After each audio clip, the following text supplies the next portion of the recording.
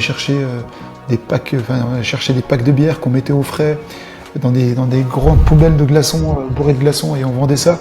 Là, il y a le maire de Dole qui me convoque, qui me dit écoute, c'est très très grave ce qui se passe, je sais pas si on va pas annuler.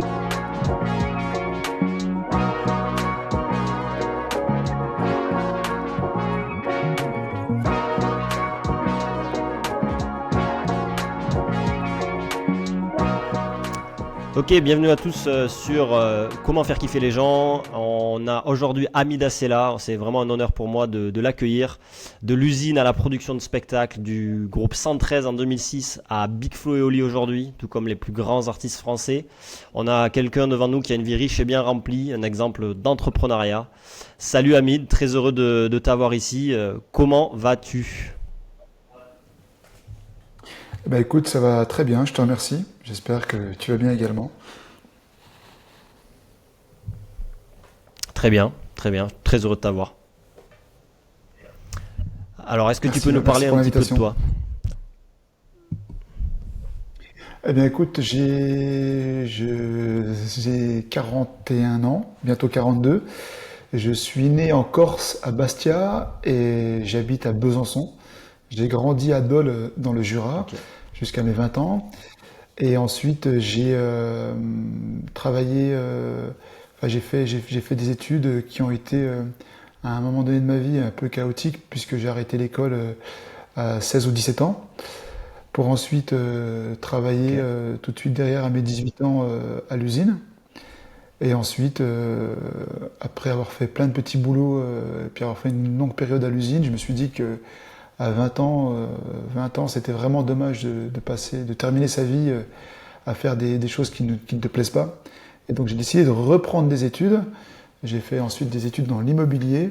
J'ai fait un BTS immobilier alors que je n'avais pas le bac, par dérogation, sans le bac, mais j'ai quand même réussi à passer un BTS immobilier. J'ai travaillé dans l'immobilier pendant quelques années, pendant 4 ou 5 ans, comme agent immobilier. J'ai appris énormément de choses, notamment l'aspect commercial, négociation et autres.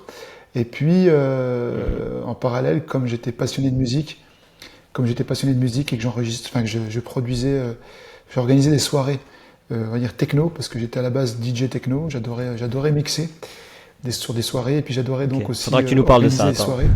J'ai ouais. J'ai décidé de monter mon entreprise dans le spectacle vivant. Voilà.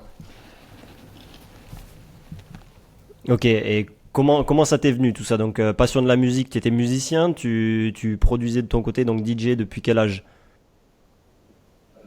J'ai commencé à mixer, j'avais 18 ans, 17 ans, 17 ou 18 ans. Donc j'avais un très bon niveau, on va dire, et je me demandais même si je voulais pas en faire mon métier, devenir enfin, DJ professionnel, et puis pour mixer dans des grosses soirées. Et en fait, ce que j'adorais, c'est un peu comme, ça me plaît beaucoup d'ailleurs ton podcast, comment faire kiffer les gens. Moi, ça a été vraiment l'ADN de mon projet culturel, c'est-à-dire comment est-ce que je peux faire pour faire kiffer les gens. Donc j'ai organisé des grosses soirées techno qui étaient en plein air. Alors c'était pas des free parties, hein, c'était des soirées techno dans des lieux insolites. On avait fait ça sur un parking qu'on avait privatisé. On avait fait ça dans une cour intérieure, dans un jardin d'une mairie. On a fait ça dans une cour de collège pendant l'été. On avait demandé Ah ouais? l'autorisation ouais, ouais, au directeur qui avait accepté. Donc c'était vraiment des belles soirées. Et à chaque fois, ces soirées-là étaient adossées à une œuvre à une structure comme Action contre la faim, comme les Restaurants du Cœur, comme la Croix-Rouge, et tous les bénéfices de la soirée au niveau du bar, des recettes bar et autres, c'était reversé à ces associations. Donc c'était un vrai carton, puisque l'entrée était gratuite, donc on faisait des sandwichs, on allait chercher on allait chercher des packs de bière qu'on mettait au frais dans des grandes poubelles de glaçons, bourrées de glaçons, et on vendait ça. Et à chaque fois, on gagnait 3 000, 4 000, 5 000, 6 000 euros de bénéfices qu'on reversait à ces associations. Donc c'était quand même des belles sommes. Ok. Et j'adorais l'idée de dire, on part d'une idée, on la concrétise, et qu'au final, il y a 2000 personnes, 3000 personnes devant qui sont en train de danser, qui s'éclatent. Et je me dis, bah, c'est génial, parce que quand j'ai eu cette idée-là, j'étais chez moi en train de boire un café au lait. Et aujourd'hui, on est là, 3 mois plus tard ou 4 mois plus tard, avec 3000 personnes qui sont en train de danser. Et ce cheminement-là, je me suis dit, c'est quand même assez magique de se dire qu'on a réussi à faire ça, que j'ai réussi à faire ça. Donc voilà, c'est pour ça que j'ai créé ma boîte dans le spectacle vivant en me disant, voilà, je veux organiser des concerts pour faire kiffer les gens. Ok, bah tu vois, on est pile poil dans le thème, c'est super. Et comment c'était, enfin, comment tu t'es dit c'est ça que je veux faire, tu vois? C'est parce que tu étais du coup en immobilier, tu vois, et tu t'es dit non mais moi je plaque tout entre guillemets et je vais faire kiffer les gens. Je vais les faire vibrer, je vais créer des trucs. C'est parce que du coup tu avais une sorte de la passion plus entre guillemets le talent commercial et tout ça derrière. Comment c'est venu? Alors en fait, c'est venu naturellement. En fait, je tournais en rond dans l'immobilier, c'était toujours la même chose. Je gagnais un peu ma vie, mais pas comme je l'imaginais. Alors c'est sûr que c'est des métiers qui font Mhm. rêver, travailler dans l'immobilier et autres, mais je crois que 80% des agents immobiliers ne gagnent pas très bien leur vie, hein. C'est des métiers très difficiles, sauf dans les grosses villes et quand on a un réseau qui est quand même assez important. Mais moi, c'était quand même, voilà, je sortais de l'école, je faisais un BTS en alternance. J'allais surtout chercher l'expérience et chercher l'expérience de négociation, euh, les techniques de commerciales et autres. C'est ça qui m'intéressait. Elles m'ont servi énormément dans, dans ce que j'ai fait plus tard dans le spectacle vivant. Mais je m'éclatais pas. Je trouvais pas de sens à. Il y avait plus de sens. Et en fait, je crois que dans la vie, le plus important, c'est de donner du sens à son travail, donner du sens à sa vie, certes, mais aussi avoir trouvé du sens à son travail. Et j'ai toujours dit, en fait, quand je reçois des jeunes, quand je reçois des jeunes étudiants ou stagiaires et autres, je leur ai toujours dit, ou même quand je vais faire des interventions dans des collèges et des lycées, je leur ai toujours dit, il ne faut pas que le spectre de l'argent soit votre leitmotiv pour la réussite, puisque il faut comprendre qu'il vaut mieux gagner 1500 euros par mois et être hyper heureux au travail, être épanoui, être super content d'aller travailler, que de gagner 2000 euros par mois et puis avoir une boule au ventre tous les matins. Ça, c'est. Voilà. Et donc, moi, je me suis dit, c'est fini, je ne veux plus travailler dans l'immobilier, je veux faire ce qui me plaît, peu importe là où ça mènera, mais l'idée, c'est que je veux m'éclater dans ce que je fais. Et j'ai monté mon entreprise, je n'ai pas compté mes heures parce que j'étais passionné et c'est comme ça que ça a fonctionné. Ok, très bien. Et du coup, là, on est en 2006, si je dis pas de bêtises, ou quelque chose comme ça. Et là, tu fais venir le groupe 113 et tu perds de l'argent. Je me suis renseigné un petit peu. Mais comment tu passes des soirées sur les parkings, les collèges, etc., au groupe 113, donc qui est quand même un groupe quand même assez connu pour ceux qui nous écoutent, donc groupe de rap dans les années 2000 et peut-être même avant. Ça, c'est moi qui suis peut-être limité en termes de culture. Mais bref, quelque chose d'assez gros. Comment t'en arrives là? En fait, je me suis dit que le modèle économique des soirées techno, il n'était pas viable si je voulais en faire mon métier, puisque c'était des soirées gratuites et autres. Et puis, je me suis dit, si tu veux faire des spectacles, il faut t'adresser à tous les publics. Donc la techno, ça reste quand même une niche. Tout le monde n'écoute pas la techno. Dans certaines villes, on écoute beaucoup de techno. Je pense à Lyon, Grenoble, Dijon. Ce sont des villes où effectivement très portées sur la techno parce qu'il y a un historique avec des DJ qui ont marqué des générations qui viennent de ces villes-là. Mais dans le reste de la France, il n'y a pas forcément des villes qui sont avec un gros public. Montpellier aussi, c'est très étudiant, très techno. Mais dans le reste de Mhm. la France, enfin là où j'interviens, en tout cas là où je produis, je me suis dit la techno, je vais vite faire le tour, quoi. Je vais pas gagner ma vie en faisant des soirées techno, donc il faut que je m'ouvre à d'autres esthétiques. Et comme j'adorais le rap également, je me suis dit tiens, je vais contacter le groupe 113. Donc j'ai réussi à les contacter et j'ai organisé ce premier concert et ça a été un fiasco total dont je ne suis absolument pas responsable parce que j'ai été victime euh, d'une d'un groupuscule d'extrême droite qui s'appelle Ah. Nissa Rebella et dont le fondateur actuellement est un membre du Rassemblement national. C'est quelqu'un enfin, qui traîne avec les jeunesses nazies. Et ce groupuscule d'extrême droite a une méthode qui est très simple. D'ailleurs, ils sont encore très actifs aujourd'hui. C'est qu'à l'époque, ils contactaient toutes les mairies de France dans lesquelles se produisait notamment le groupe 113, le groupe Sniper et d'autres groupes de rap, en prenant les paroles Mhm. des textes des artistes, en modifiant quelques couplets et en envoyant ça au service culturel de la ville, en disant appel au boycott, on va venir tout casser, Ouais. On refuse qu'un groupe anti-France, anti-français vienne se produire dans telle ville. Et donc toutes les antennes locales des petits nazis, nasillons du coin dans toutes les régions, s'amusaient à faire ça. Donc ça partait depuis Nice, avec ce garçon-là. Je vais taire son nom, voilà, mais bon, on sait très bien qui c'est. Qui s'amusait à faire ça. Donc il avait organisé ça, et aujourd'hui, ça a fonctionné. Ça a fonctionné parce que les mairies, les centres culturels, les adjoints à la culture ne regardaient pas les paroles en question. Ils lisaient ce qu'on leur envoyait, des propos hyper violents. Plus derrière ça, eux, ils appelaient la presse derrière en disant on va venir tout casser, on va boycotter le groupe qui vient. Donc la presse locale était très contente, hyper contente d'avoir un début de polémique sur un Ouais, concert et du autres. grain à moudre, ouais. Ah ben, beaucoup de grains à moudre. Donc moi je me souviens, je me réveille un matin et je vois polémique autour du concert du groupe 113 Adol, des groupuscules d'extrême droite menacent de venir tout casser suite à des propos racistes anti-français du groupe. Je tombe de ma siège, je me dis c'est quoi cette histoire? Là il y a le maire de Dole qui me convoque, qui me dit écoute c'est très très grave ce qui se passe, je sais pas si on va pas annuler. Je me dis de quoi vous parlez? Oui mais il y a des gens qui vont venir tout casser, moi je veux pas de problème. Il y a même des jeunes de cité qui se sont donné rendez-vous avec ces groupuscules d'extrême droite pour venir tout casser. Donc c'est monté en épingle comme ça. Ouais. Jusqu'au jour où l'adjoint à la culture me dit écoute, voilà les paroles du groupe, et moi je connaissais quasiment tout l'album par cœur, et je me suis dit mais c'est quoi cette histoire-là? Et donc ce que j'ai fait, c'est que j'ai convoqué, alors j'ai fait une mise en scène incroyable, hein. Ils voulaient du spectacle, je leur ai offert du spectacle. J'ai fait une mise en scène incroyable, j'ai convoqué la presse, j'ai convoqué, il y a eu le préfet, le maire et autres, et en fait j'ai acheté l'album sous blister, hein. Et je l'ai Ouais. ouvert comme ça, devant tout le monde, je l'ai ouvert, j'ai pris la pochette et j'ai comparé. Voilà. Je dis voilà, vous voyez bien que les paroles officielles c'est ça, et les paroles qu'on vous envoie c'est ça. Ils ont modifié tel couplet, tel couplet, tel couplet, tel couplet. Donc vous êtes fait manipuler. Sauf que le mal a été fait. Il s'est passé Ouais, je comprends. Ouais. 3 semaines ou un mois avec 8 ou 10 articles.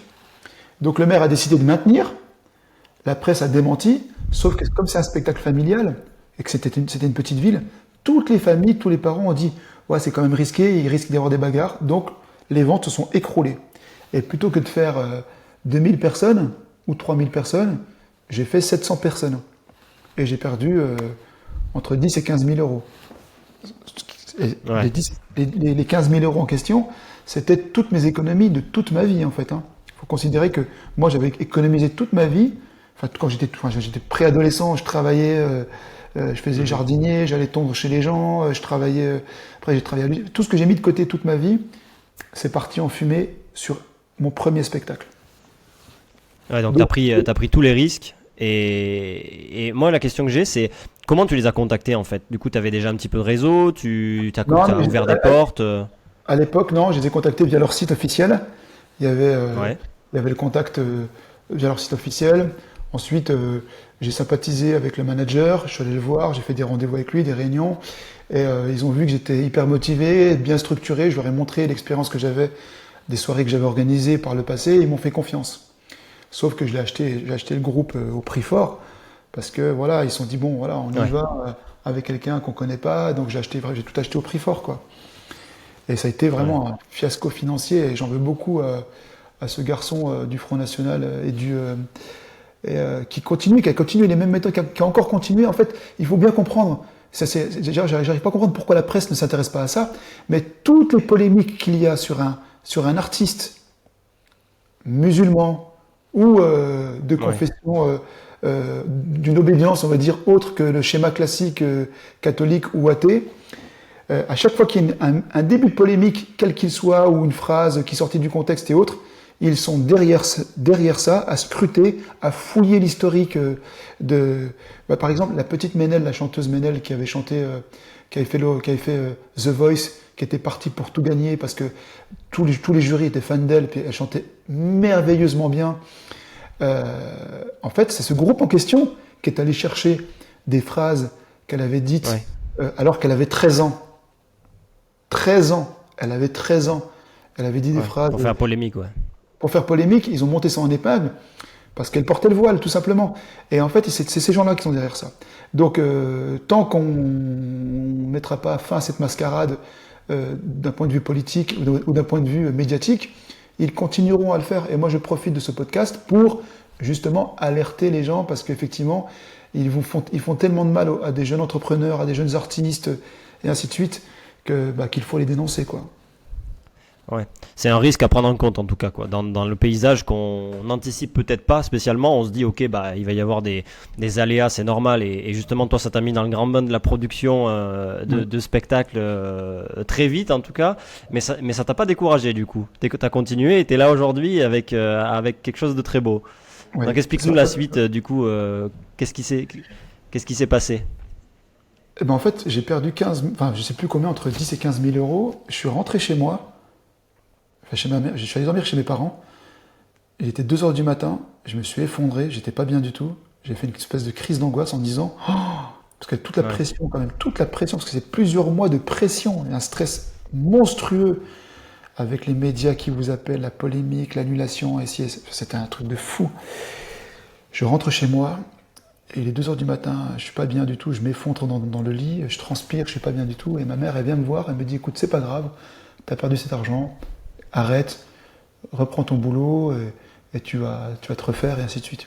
Et quand elle m'a dit ça, je me suis dit, c'est pas possible, je peux pas avoir perdu tout cet argent, puis passer à autre chose, quoi. Puis, et au fond, il y avait des gens de ma Mhm. famille, il y avait des copains du collège, du lycée, et de ma famille, qui étaient hyper fiers et hyper contents de voir que j'ai réussi à faire venir un tel groupe dans une petite ville, quoi. C'est quand même hallucinant. C'est comme si aujourd'hui tu faisais venir, je sais pas moi, Orelsan, à l'époque, Orelsan ou Stromae dans une ville à Châteauroux, quoi. Tu vois, je veux dire, Ouais, ou, bien à, sûr, ouais.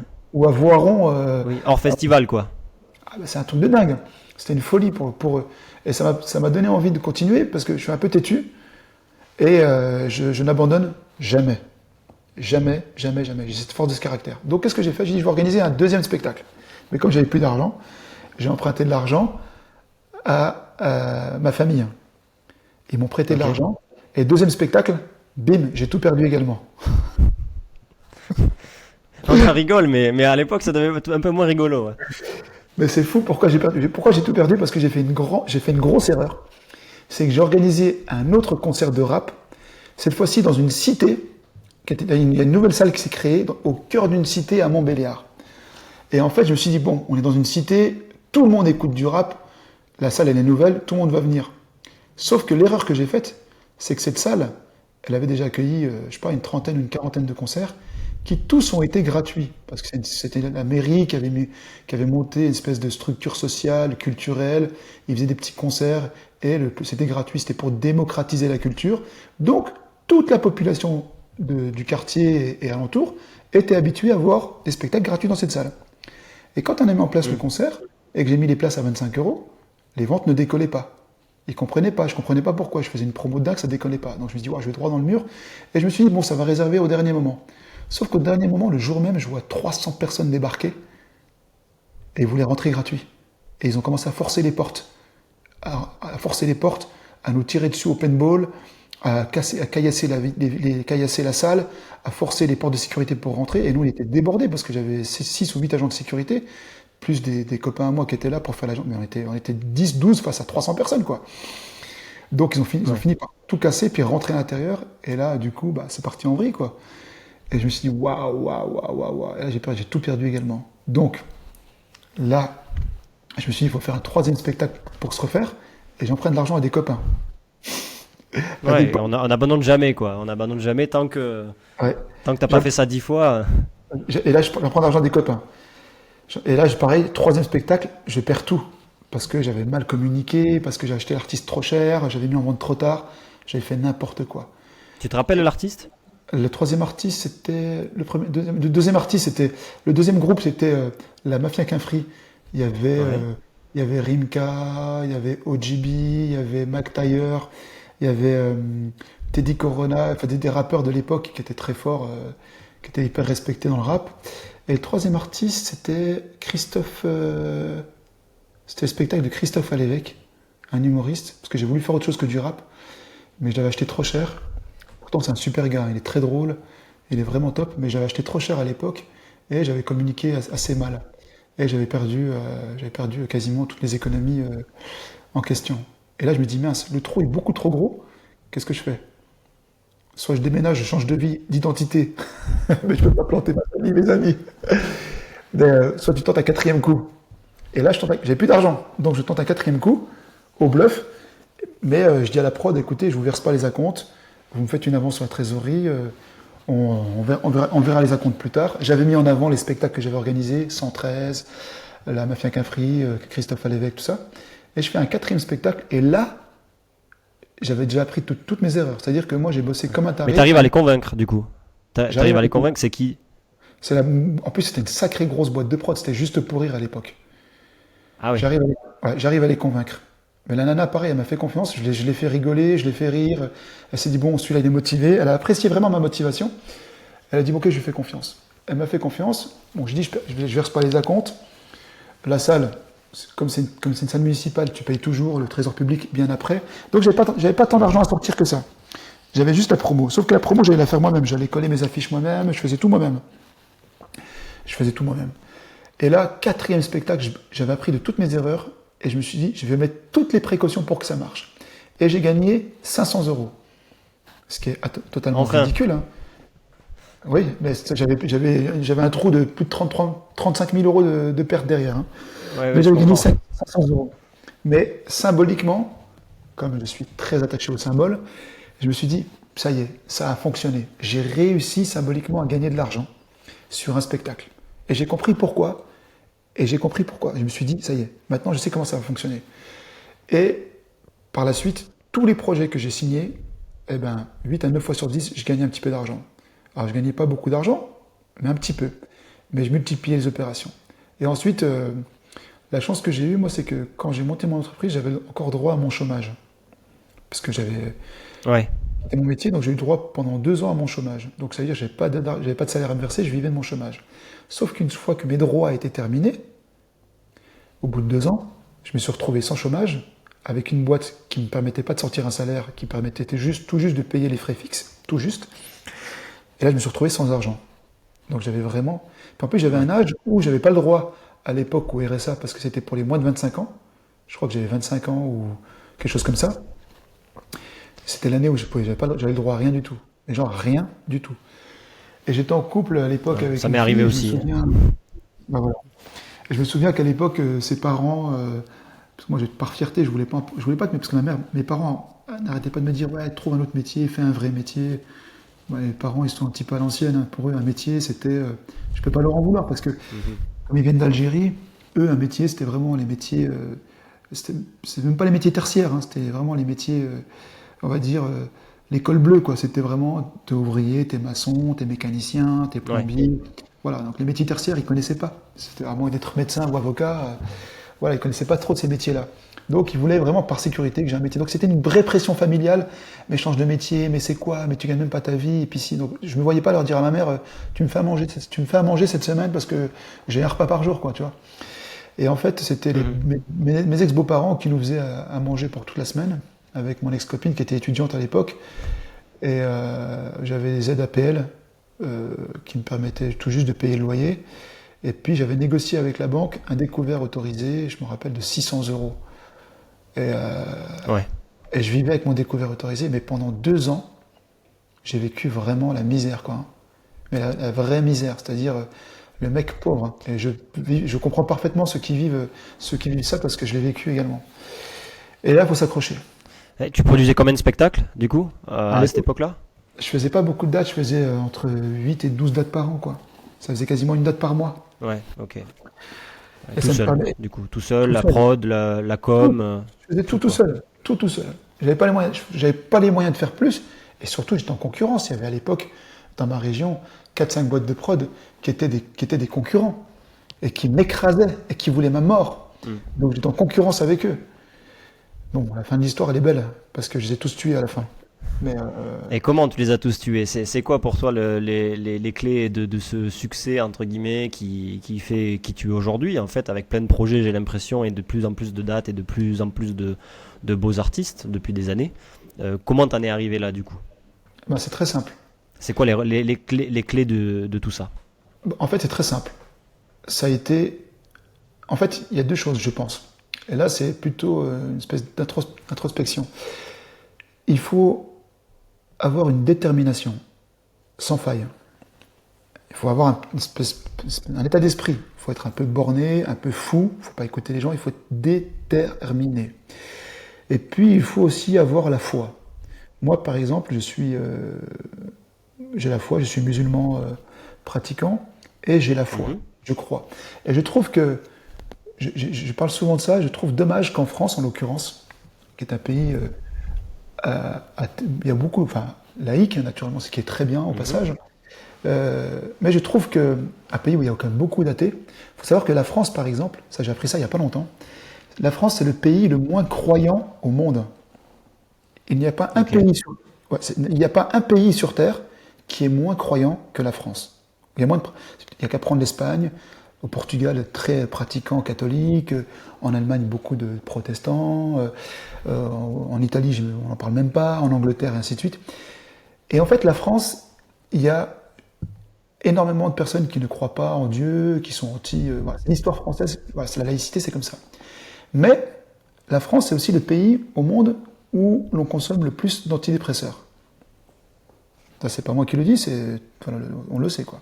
Et je pense qu'il y a un parallèle à faire. Je pense que quand on a la foi en quelque chose, encore une fois, je suis pas là pour faire du prosélytisme, ni parler de, ni dire qu'il faut croire en Dieu. Hein, c'est pas ce que je dis.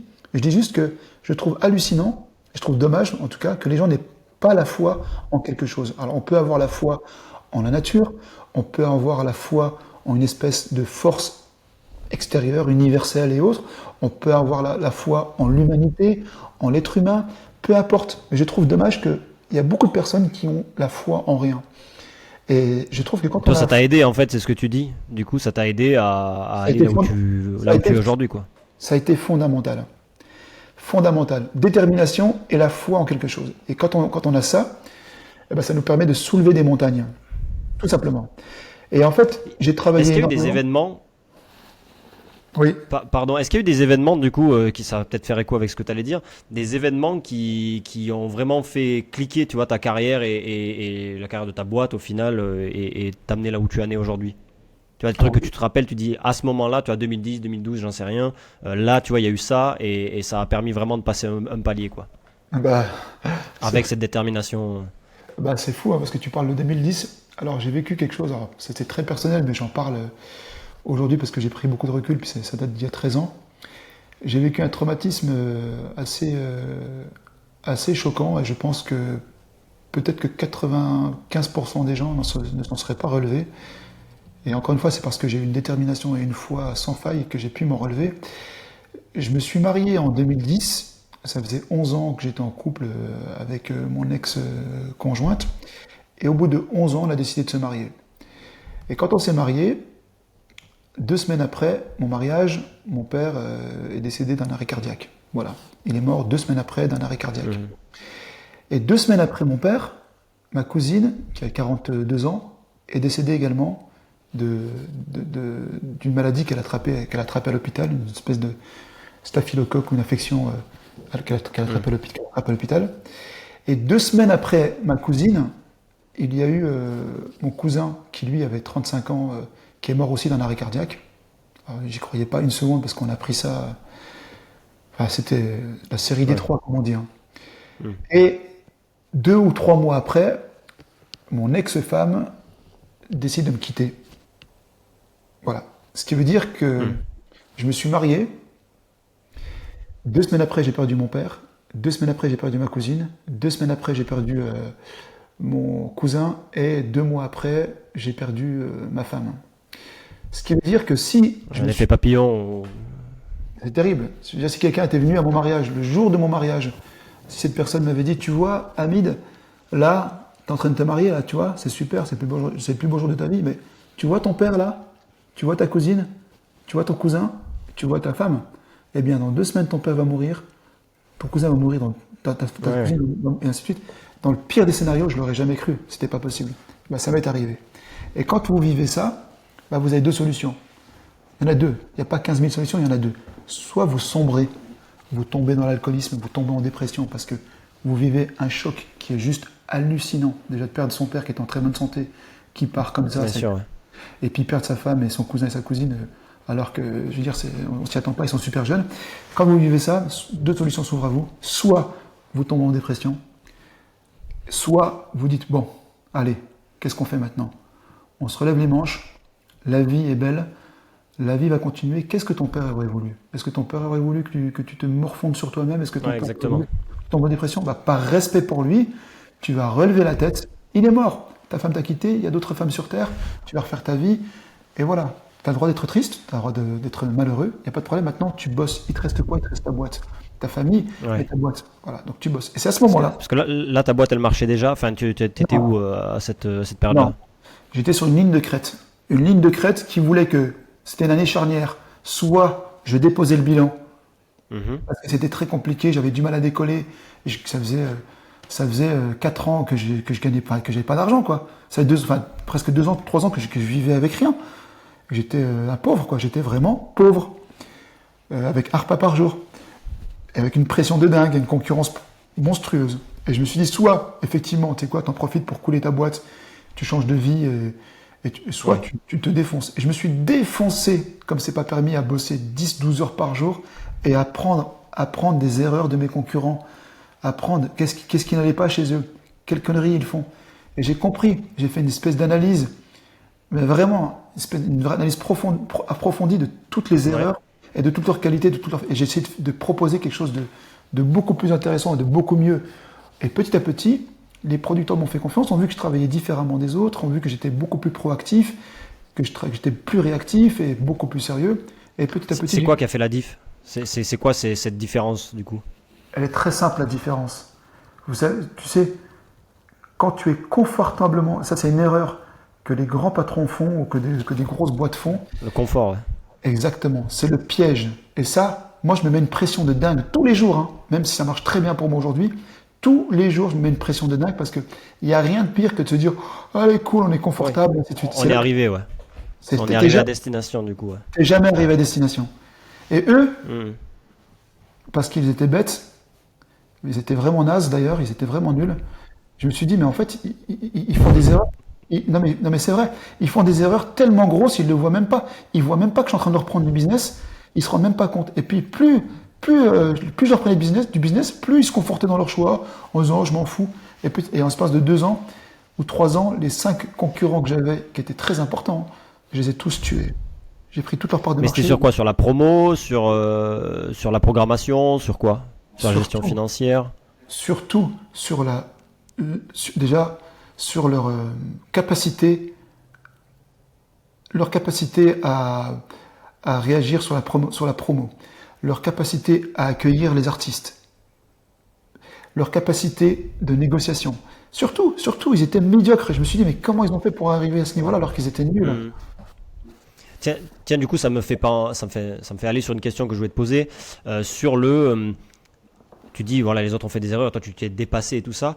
Comment tu t'assures, même encore aujourd'hui et du coup à l'époque, que tu proposes potentiellement les meilleurs spectacles, que l'expérience des spectateurs elle est bonne. Tu vois, tu me parlais tout à l'heure des gens qui sont venus un peu tabasser comment dire, la salle avec les agents de sécurité qui étaient postés et tout ça. Comment tu fais ou comment tu as fait pour que au final bah, tu fasses kiffer les gens, tu vois, d'une manière opérationnelle, tu vois, et que surtout, ma question elle est double, comment tu fais remonter l'info que ça s'est bien passé ou pas, tu vois. C'est ça ma question aussi derrière. Je mets la pression à tout le monde. Je suis hyper exigeant avec tout le monde. Et en même temps, hyper cool. En fait, l'art du management est fondamental. Tu ne peux pas mettre une pression,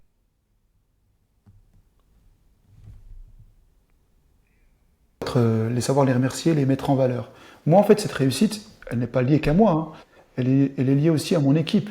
On en parle souvent, derrière chaque grande réussite, on dit souvent qu'il y a une femme, ou derrière chaque grande réussite d'une entreprise, il y a une équipe, et on ne met jamais en avant cette équipe-là.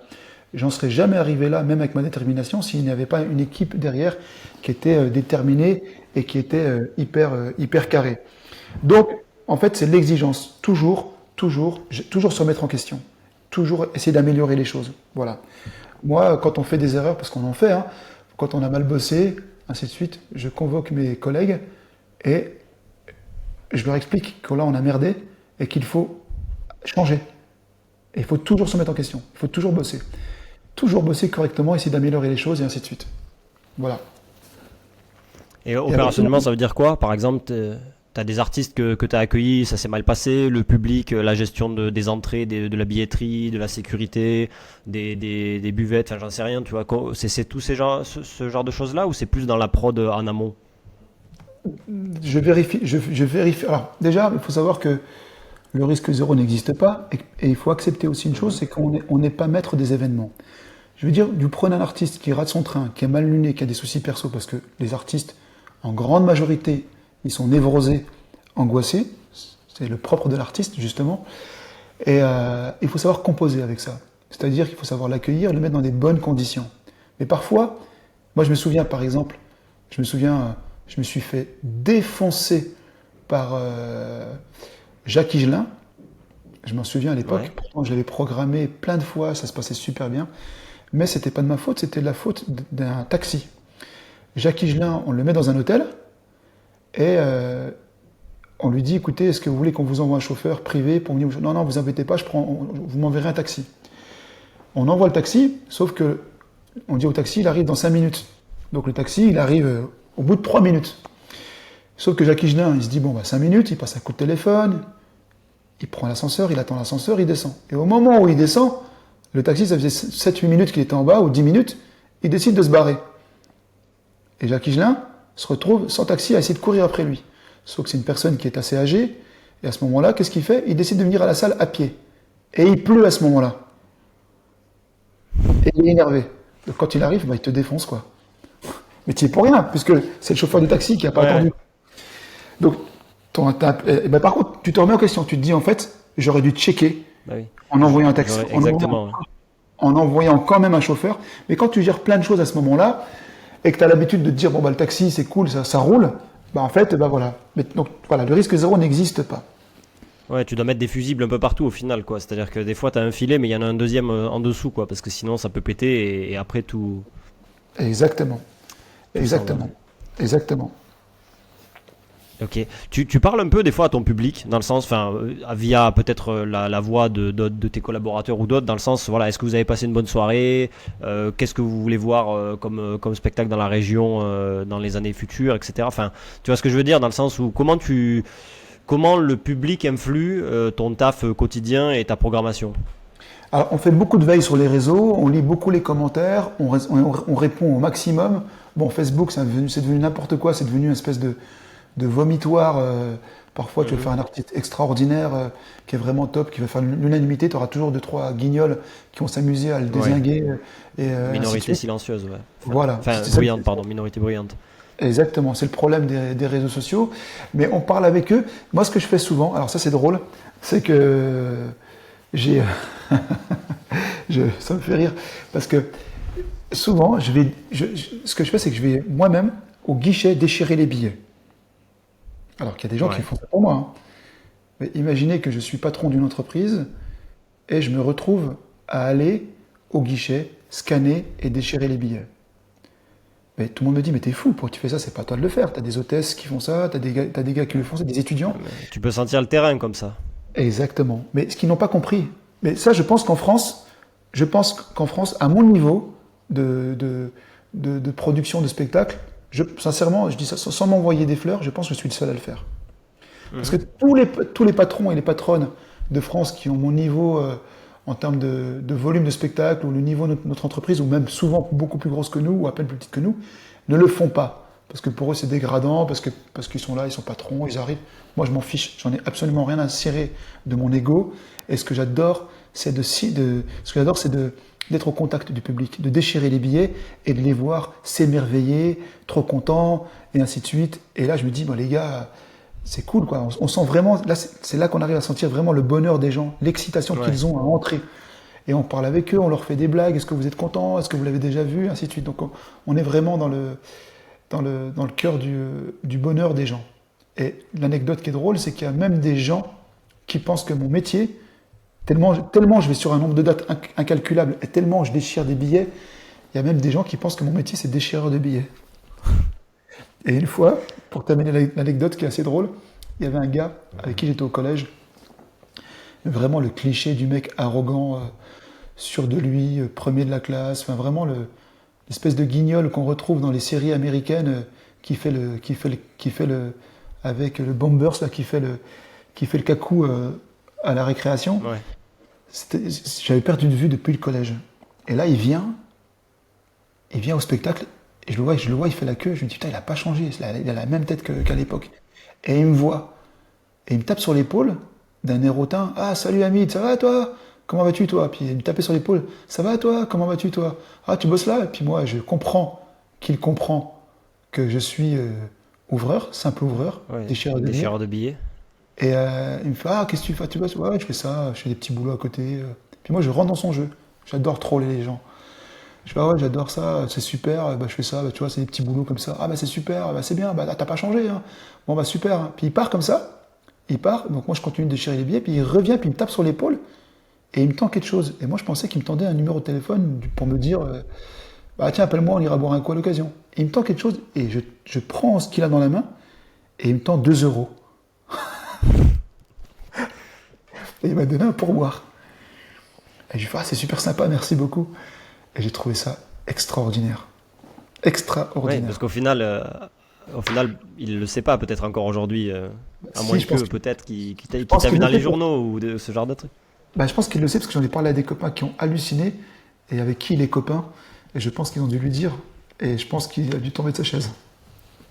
Ouais. Ok, ok. On avance niveau temps. J'ai encore quelques questions, malgré toutes ces anecdotes intéressantes. C'est lié à ce qu'on vient de dire. Là, comment tu progresses toi aujourd'hui? Du coup, pour faire kiffer les gens, bah, il y a toujours plus de spectacles à produire, des choses plus grosses, peut-être encore plus de risques, des acteurs qui peuvent arriver aussi à droite à gauche, la technologie, plein de choses. Comment tu fais pour progresser toi-même, peut-être être plus efficace au travail, mieux faire ton travail? Voilà, c'est une question très large et je te laisse y répondre comme tu le souhaites. Alors, comment est-ce que je progresse? Je m'intéresse à toutes les nouvelles technologies, même si je suis nul en informatique. D'ailleurs, tous mes collègues se moquent de moi. Mais je m'intéresse beaucoup à tout ce qui est métaverse, l'IA, notamment l'IA qui est en train de Mhm. bouleverser tous les métiers, et notamment notre métier également. Donc, je m'intéresse à ces questions-là pour anticiper. J'essaie toujours de créer des nouvelles expériences pour le public, parce que je sais que les publics évoluent, les publics sont demandeurs, et qu'il faut sortir du schéma classique d'il y a 15 ans, 20 ans.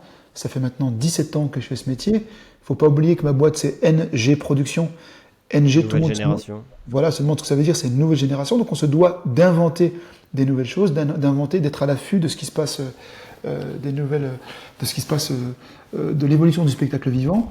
Et en fait, j'ai une équipe qui est jeune aussi, donc ça c'est cool parce que je suis davantage les tendances avec eux. Et puis, il faut embaucher des jeunes parce que ce sont les jeunes qui sont l'avenir et qui sont force de proposition. Et quand on a des jeunes au bureau, ça nous permet aussi de voir comment ce public-là évolue. Et c'est sûr qu'il a complètement changé par rapport au public que j'ai connu quand j'ai commencé, quoi. Et comment tu gères le risque du coup? Tu me dis, ok, on se réinvente, on essaye d'aller chercher du coup les nouveautés du spectacle vivant. Il y a peut-être de l'IA qui va rentrer en jeu bientôt, même dans des spectacles et tout ça. Toi qui es producteur, bah, tu as aussi enfin, ta grosse responsabilité, c'est aussi sur l'argent, de dire, ok, on va produire des gens, donc on va mettre de l'argent sur la table en échange du coup derrière du prix des billets qui vont nous rémunérer, grosso modo, hein, entre guillemets. Comment tu te dis, ok, ça, on va prendre du risque là-dessus, sur tel spectacle, sur tel show, etc. Comment tu fais ta prog avec cette idée de réinvention aussi?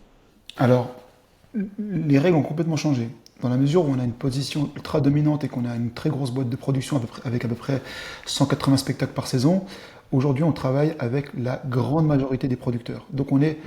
mon métier a changé entre le moment où j'ai commencé, où j'étais dans une niche, où je faisais quelques spectacles et je choisissais les artistes. Aujourd'hui, je ne vais pas dire que je ne choisis plus les artistes, c'est que les producteurs nous appellent, Mhm. j'appelle des producteurs et on travaille sur un volume important. Donc on va programmer des spectacles dont je ne suis pas forcément fan artistiquement, parce que mais par contre, ça va répondre à une attente importante du public. Ouais. Mais on prend du plaisir à créer des événements, comme le festival Drôlement Bien que j'ai créé, le festival d'humour que j'ai créé, dans lequel on s'éclate, dans lequel il y a énormément de choses hyper nouvelles, hyper novatrices. Et ça, c'est un petit peu notre bulle d'oxygène qui nous permet de nous éclater pour le reste de la saison. Et le reste de la saison, on travaille en fonction de ce que les producteurs nous proposent, de ce qu'on veut acheter. On travaille pour répondre à une attente du public. Et puis, on essaie d'inventer des choses, des soirées, par exemple, avec une société que j'ai créée avec deux autres personnes qui s'appelle Please Please, qui est basée à Ouais. Dijon. On a lancé des soirées hip-hop qui s'appellent ANTDT, donc c'est l'abréviation de Antidote. Des Ok. soirées ANTDT qui ont lieu au Zénith de Dijon, à l'Arena de Reims. C'est des grosses soirées hip-hop dans lesquelles on met les gros artistes rap du moment, avec un décorum, un décor très particulier, un conteneur qu'on met qu'on met au milieu, qu'on met dans la salle, des bornes d'arcade de jeux vidéo, des fringues avec des vendeurs de basket, de la food, et ainsi de suite, des DJ, des breakers, des gens qui font de la danse. Donc c'est un mini festival qu'on organise en indoor dans des salles, dans des zéniths. Et ça cartonne parce qu'on fait entre 5000 et 8000 personnes par soirée. Et ça, c'est des choses qu'on a inventées. Et ça, c'est des. Voilà, donc on est toujours en train d'inventer. Les concepts originaux, ça c'est ce qui marche le mieux aussi d'un côté, Exactement. quoi. C'est ce qu'on aime et Ok. c'est ce qui nous anime.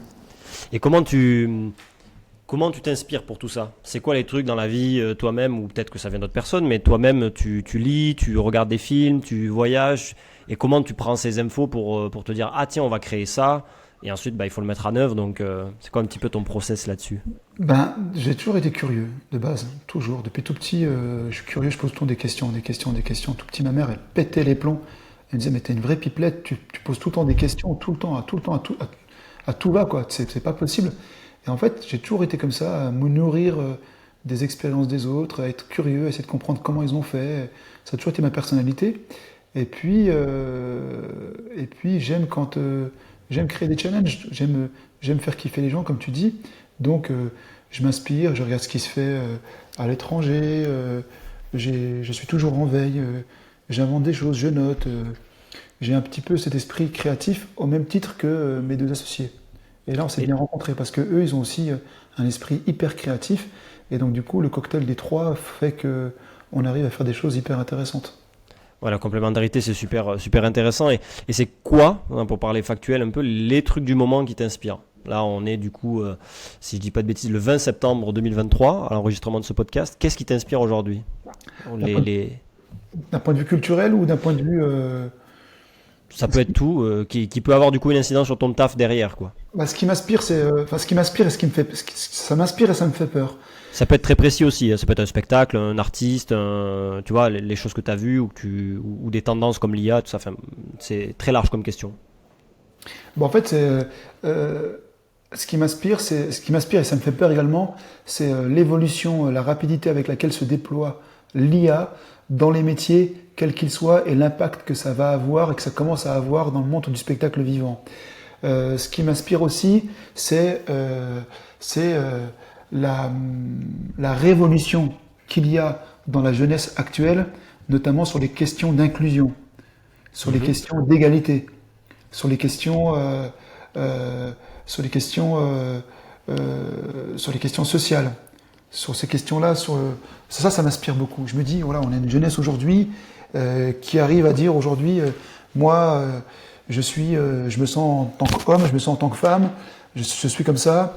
Moi, je suis transgenre. Mhm. Moi, je suis, voilà, cette espèce de liberté, cette espèce de vent de liberté qu'il y a chez les jeunes. Ça m'inspire beaucoup. Parce que je me dis, en fait, on est dans un basculement enfin, civilisationnel, Civilisationnel. voilà, j'arrive à le dire, euh, et sociétal, qui est très important. En fait, on vit un peu ce que nos parents ont vécu avec mai 68. Ouais, On vit un peu ça. Et je trouve ça hyper intéressant. Hyper intéressant. ok. Et les artistes du moment, les spectacles du moment qui t'inspirent?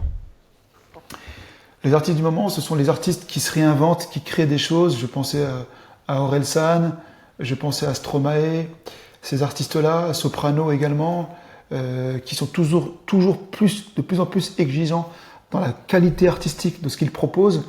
Les artistes du moment, c'est aussi les humoristes qui arrivent avec des nouvelles formes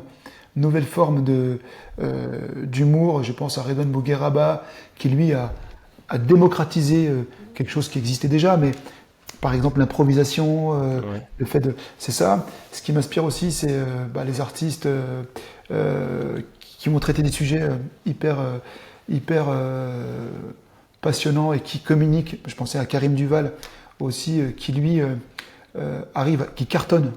Mais Mm. vraiment, il cartonne. Et pour autant, il n'est pas pas tant connu du grand public, et il cartonne parce qu'il s'est fait connaître sur un réseau qui est totalement différent du réseau Ouais, classique. LinkedIn, ouais. LinkedIn, par exemple, et je trouve ça assez extraordinaire qu'il aille cartonner dans un réseau dans lequel aucun humoriste va. Et en fait, toutes ces personnes, tous ces artistes qui font les choses de manière différente, je trouve ça génial. Et ça m'inspire. En fait, ce qui m'inspire, c'est la différence. Voilà. Et plus on est différent, et plus les artistes sont différents, plus on est différent, plus je trouve ça intéressant. Yes. Bah, la différence, comme dans tout, dans tous les business, entrepreneuriat ou même en tant qu'artiste, c'est ce qui te fait ton positionnement et au final, c'est ce qui te permet de te développer potentiellement différemment, encore une fois, et c'est ce qui fait ta force. Sauf il y en a plein qui ne l'ont pas compris. Hein. Et oui, qui copient et Parce qui font pareil, quoi. J'écoutais André Manoukian il n'y a pas longtemps qui disait sur une émission il y a des artistes, des musiciens qui veulent ressembler à, tu vois, ressembler à, je sais pas, justement Orelsan, etc., mais qui en deviennent la copie conforme, mais au final, du coup, il n'y a plus rien, il n'y a plus de substance, et c'est compliqué, du coup, pour eux de se développer parce que ce ne sont que des copies, et c'est dommage, Exactement. alors qu'il y a du talent. Exactement. On arrive sur la fin de notre enregistrement. Quels sont un petit peu les projets du moment, du coup, pour faire kiffer les gens? Peut-être des rêves de personnes à produire qui sont dans les tuyaux ou pas encore? Alors là, c'est pas tant le rêve des artistes parce que aujourd'hui, on a la chance de programmer quasiment tous les artistes qu'on souhaite programmer, quasiment. Après, il y a des artistes qu'on n'arrive pas à programmer parce qu'on ne travaille pas avec les producteurs. Mais bon, c'est comme ça. Mais Pourquoi? parce que Parce que t'as pas les relations, c'est eux qui veulent pas, parce que vous êtes trop non, petits, non, c'est... non, non, non, c'est pas du tout. Non, parce qu'on est pas, non, au contraire, on est, Mhm. on est, Je non, c'est provoque un petit peu, mais juste non, pour voir un petit peu. non, non, je vois pas ça comme une provocation. C'est juste que il y a des habitudes. Certains producteurs travaillent avec d'autres producteurs qui travaillent très bien. Mhm. Dans ma région, par exemple, il y a des producteurs qui travaillent très bien, et pour autant, on ne travaille pas avec leurs clients. C'est comme c'est un choix. Je veux dire, demain, tu as ta voiture à réparer, tu vas chez un garagiste qui est très bon, et tu as l'autre garagiste qui est très bon également. Si tu as tes habitudes d'aller chez lui, tu n'as aucune raison d'aller chez l'autre. C'est pareil. Donc voilà, donc on n'insiste pas à essayer de récupérer le business de l'autre, de nos confrères, puisqu'ils ont l'habitude de travailler avec eux, et ça se passe très bien comme ça, il y a pas de... Le soleil brille pour tout le monde, quoi. Ok. Et donc là, les projets, il y a le festival du rire, ton festival d'humour, pardon, qui se refait début 2024, c'est ça, en janvier, Oui.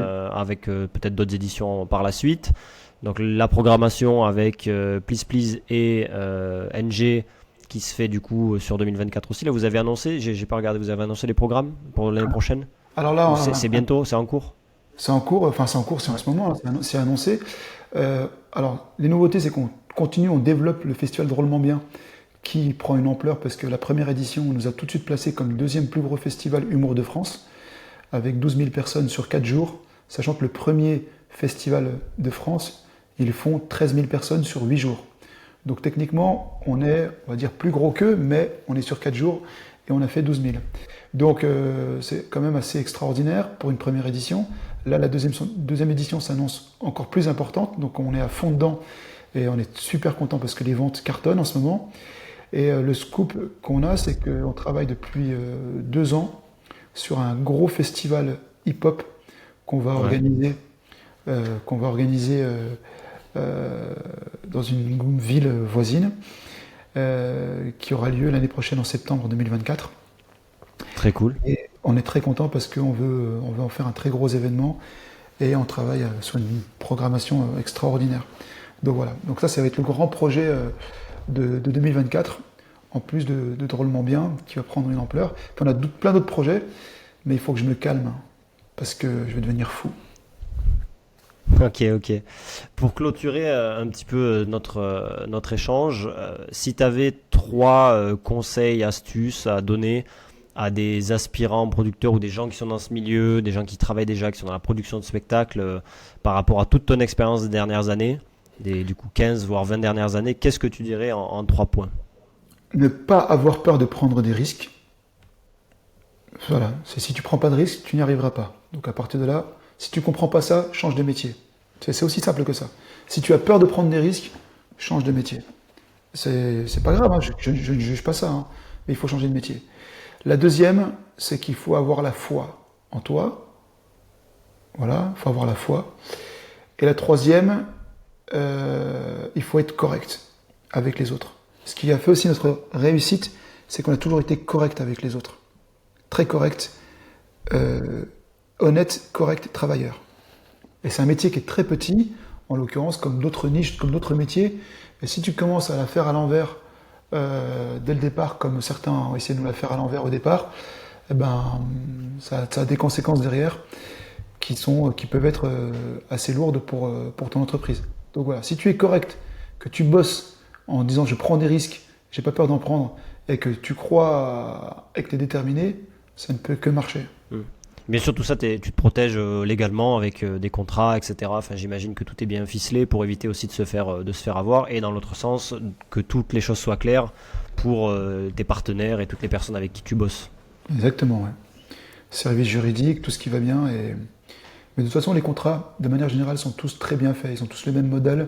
Et puis là-dessus, il n'y a pas de problème. Nous, on n'a jamais eu, je touche du bois jusqu'à ce jour, on n'a jamais eu aucun problème avec aucune boîte de prod. Jamais, jamais, jamais, jamais. Jamais. En 17 ans de carrière, on n'a jamais eu d'histoire de procès ou autre avec un producteur. Jamais, jamais. On a eu l'occasion de se prendre la tête avec des producteurs qui ont été véreux ou malhonnêtes. Et on a arrangé ça de manière amiable. On aurait pu les traîner au tribunal. On m'a conseillé des traîner, mais j'ai pas voulu. Parce que je voulais pas médiatiser ça et on a solutionné ça à donc on a été payé de manière amiable, mais j'ai pas voulu enfoncer plus ces gens-là, quoi. Ok.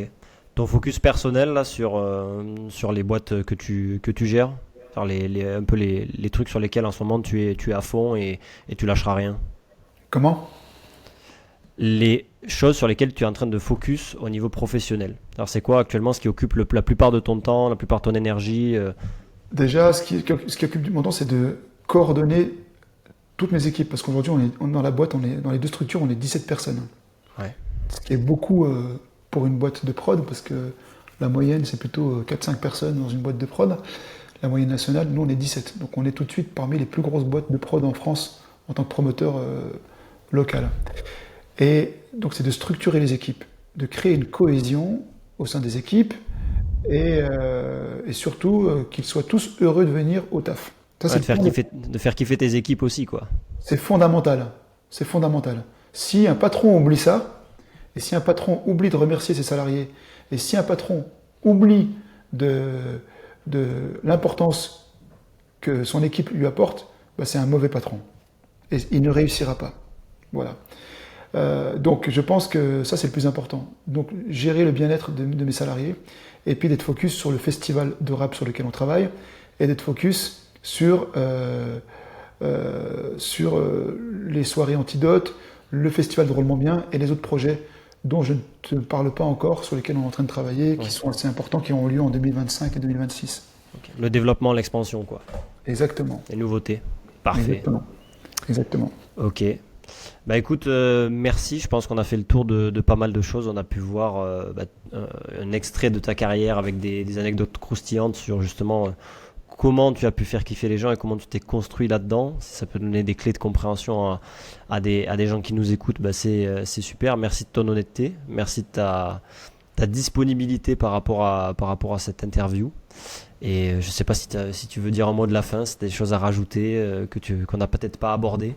Non, mais écoute, te laisse le micro. je te remercie. C'est l'un des premiers podcasts que je fais. Je trouve ça intéressant et je trouve ça hyper, hyper sympa et de faire un podcast qui s'adresse à un public pour les faire kiffer.